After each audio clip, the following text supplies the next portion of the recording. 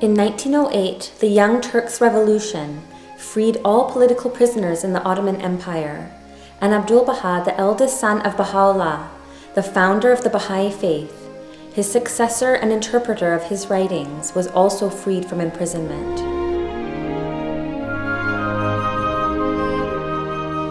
His first action after his freedom was to visit the shrine of Baha'u'llah in Bahji.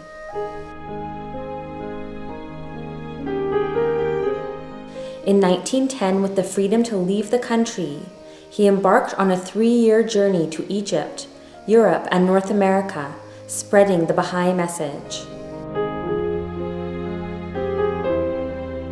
From August to December 1911, Abdul-Baha visited cities in Europe, including London, Bristol, and Paris.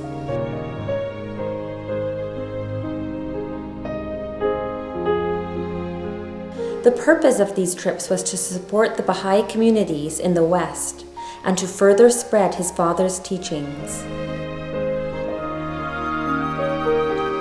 In the following year, he undertook a much more extensive journey to North America. This is the story of Abdul-Baha's remarkable journey to Montreal, the only city he visited in Canada. This was the city where May and William Sutherland Maxwell had established their home. Their charming house, 716 Pine Avenue West, on the slope of Mount Royal, which Sutherland Maxwell had designed himself, and at which Abdul-Baha arrived in the bright, moonlit evening of August 30th, 1912, is today the Baha'i Shrine for Canada.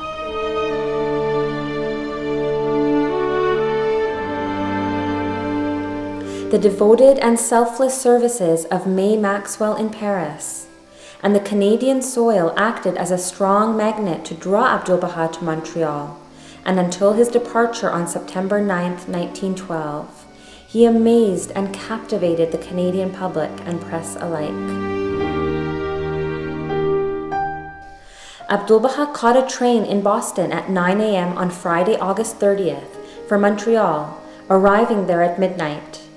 He was met at the station by William Sutherland Maxwell. Reporters and friends packed the Maxwell's house waiting for him, and Mrs. Maxwell said that invitations and inquiries had been pouring in all day. He remained in Montreal for 10 days, living at the Maxwells, and then, despite their entreaties, moving into the Hotel Windsor.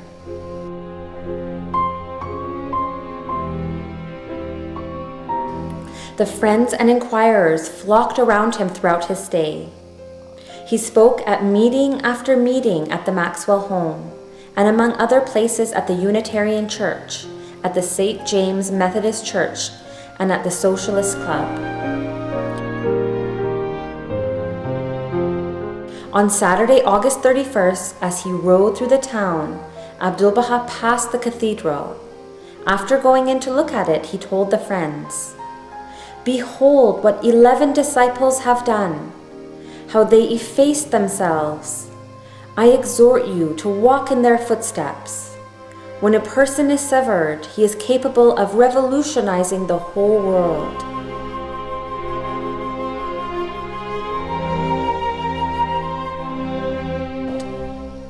That evening, after Abdul-Baha had granted scores of interviews all day long, another group was waiting for private talks.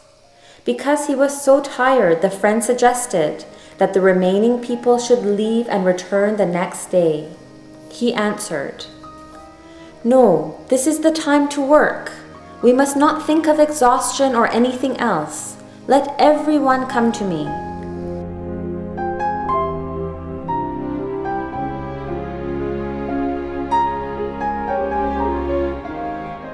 On Sunday, September 1st, as he prepared to leave for the Unitarian Church where he was to speak, Abdul-Baha called one of the Persian friends to sit by him in the carriage. The friend replied that there was plenty of room on another seat, but Abdul-Baha insisted, "Come and sit here. When I see someone selfish and hankering after rank, I observe these formalities for his correction merely. Everyone may sit wherever he wishes.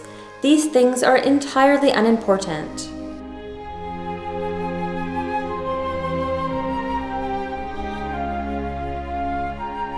At the breakfast on September 2nd, to which he invited a number of guests, Abdul-Baha said, "Come, we are in Montreal, Canada, in this home eating Persian pilau, which has been cooked by Mirza Ahmad and which has a taste and tale of its own.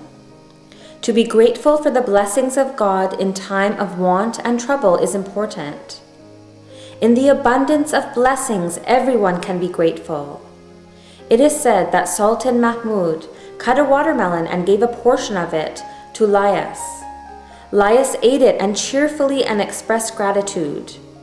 When the Sultan ate a little of the same watermelon, he found it bitter. He asked Lias, 'How did you eat such a bitter watermelon and show no sign of dislike?'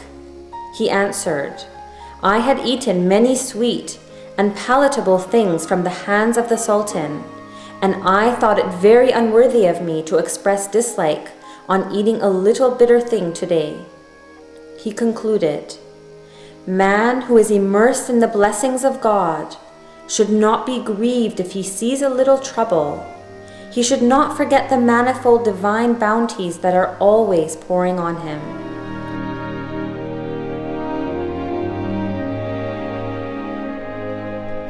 That same day, Abdul-Baha moved to the Hotel Windsor. When he prepared to return to the Maxwell's home for a meeting, the friends asked if they could call a carriage for him. Abdul-Baha took the streetcar, saying, "Oh, it matters little. It saves expenses. There is a difference of $1 in the fare." When he arrived at the Maxwells, he gave £1 to each of the servants.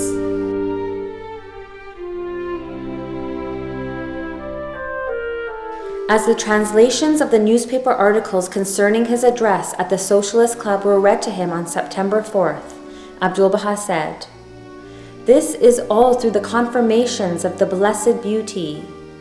Otherwise, even if the King of Persia had come here, he would not have been able to attract such meetings."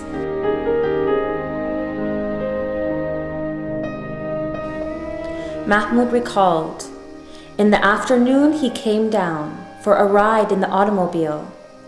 We were in the attendance also.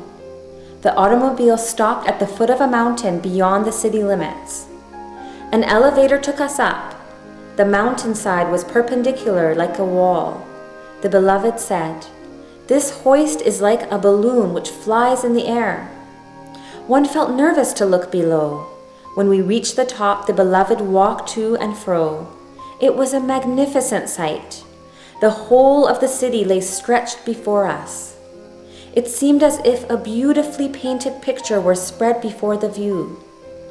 Here, the translation of additional accounts of the meetings published in the evening newspapers was read before him. Suddenly he cried out, "Baha'u'llah, may I be a sacrifice at thy feet. O Baha'u'llah, may I be offered up in thy way. What a wonderful cause you have founded. It satisfies every sect. Every sect testifies to thy greatness. In the churches, it excites a new commotion in the souls.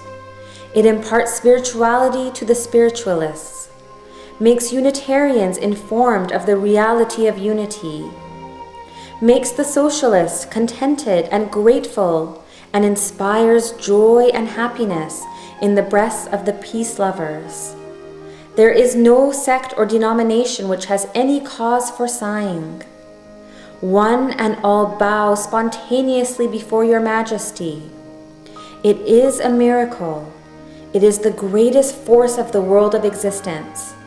It is the assistance of the Blessed Beauty.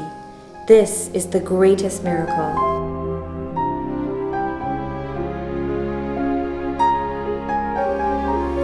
Abdul-Baha also commented in discussing the warm reception of his address, "The greatness of the teachings of Baha'u'llah will be known when they are practiced.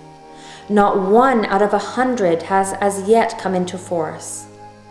The entire trend of your thoughts should be turned toward bringing these blessed teachings into practice."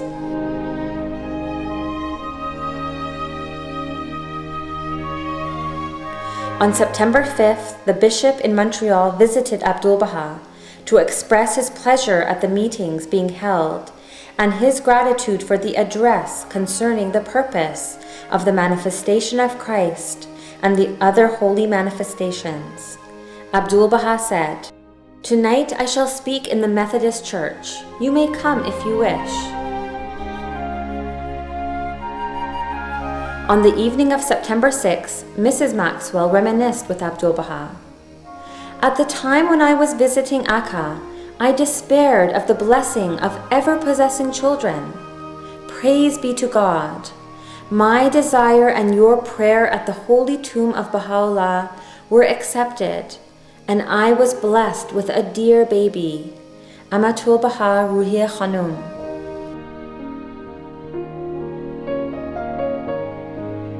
The Toronto Star Weekly wrote of him on September 7th in an article headed, "Abdul-Baha's Word to Canada." What is it that strikes one most in this remarkable man? Is it his message? Is it his power of thought, his manner of expression, the privations he has endured? No, it is none of these. It is his great sincerity. He is a man with a mission, and he believes in it with all his soul. There was wonderful breadth and depth of feeling in that sermon at the Unitarian Church in Montreal. It was not the message of a fanatic or a hermit, or a man unconversant with modern thought and modern life. It was Eastern, yet it was Western. He granted me an interview the following day. I then inquired if he intended to visit Toronto or any of the Canadian cities in the West, but he was afraid such would be impossible at the time. "But you may tell your people," he said, "that I am very pleased with your country. It is a prosperous and delightful land. Surely then you should thank the good God for all his mercies to you." He then took my hand in both of his and blessed me as a father would bless a son, with the same sincerity, the same depth of feeling, the same lofty purpose. For if this Persian dreamer, preacher, prophet is anything, he is sincere, and his sincerity springs from a great sense of love and fellowship for man. He is a humanist of a high type. His church is the world.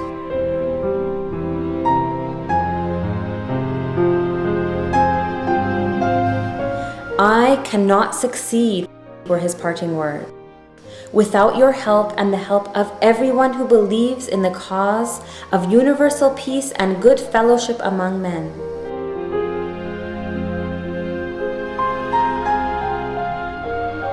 Abdul-Baha had taught and exhorted and given of himself during 10 days of ceaseless activity in Montreal.